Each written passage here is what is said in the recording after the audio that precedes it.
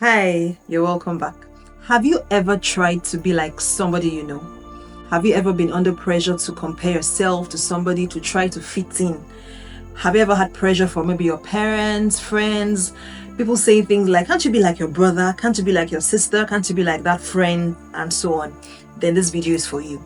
The truth is, God crafted us according to his plan and purpose for us.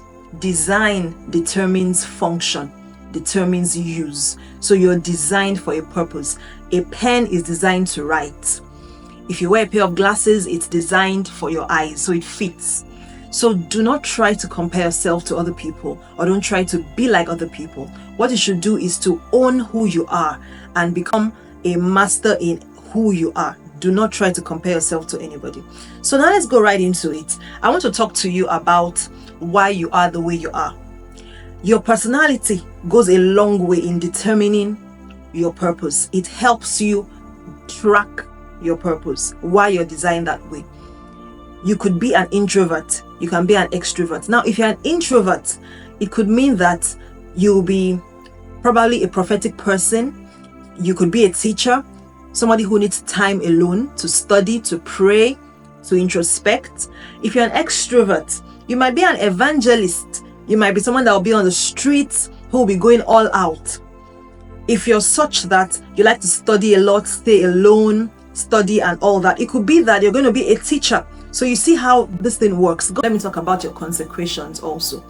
If you met God on a certain altar, that altar goes a long way to determine what you're going to continue doing to sustain the altar. I'll give you an example. Moses met the Lord in Exodus chapter 3, and God told him in verse 12 that when he got the children of Israel out of Egypt, a token for him was that we're going to serve him on that same mountain. So there's a mountain where you first met the Lord. I mean, where the Lord became real to you. It could be a prayer program. So your first encounter with God that made God real to you could be prayer, or it could be worship, or it could be evangelism, or it could be service. That goes a long way to tell you what you should do to sustain that mountain. Like Moses, you're supposed to return to that mountain.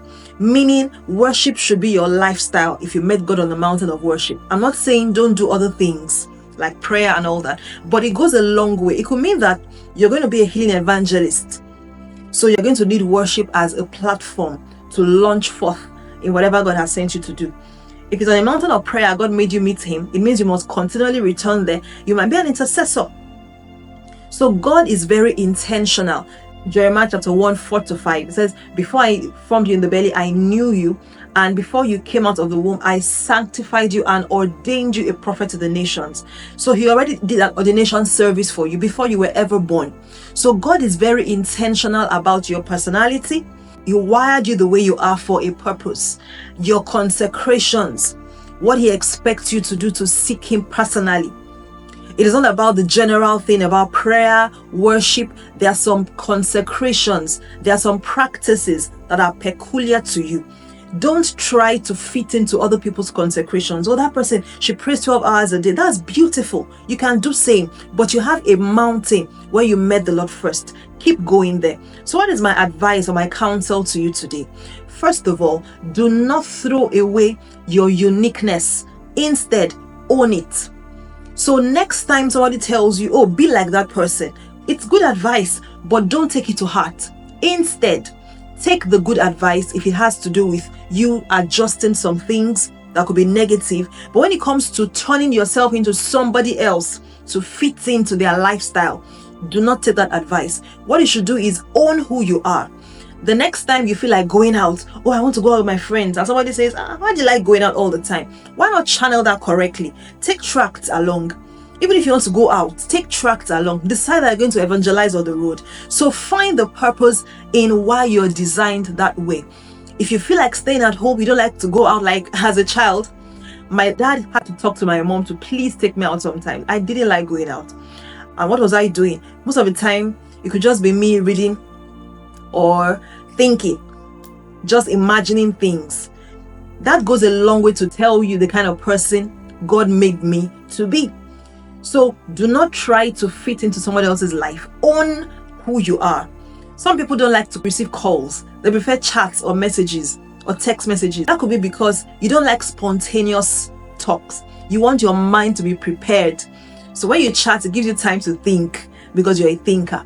That could go a long way to tell you that everything that has to do with you will require you thinking. Even the call of God on your life, your purpose, it could require thinking. So what I said you should do is this: own who you are. The next time you feel the urge to do something that is not the normal thing other people will do, take that step.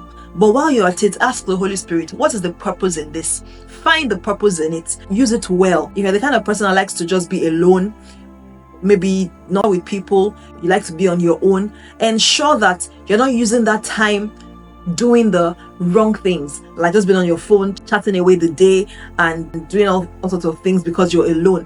Why not use the time to read the word, read books, introspect, check with the Holy Spirit, why am I like this? What would you have me do? And you'll be amazed. And as you begin to own those things, as you begin to lean into the heart of the Father, to hear what He has to say, to listen to His heartbeat, to see why you are the way you are, you're going to emerge more and more into who God had made you to be.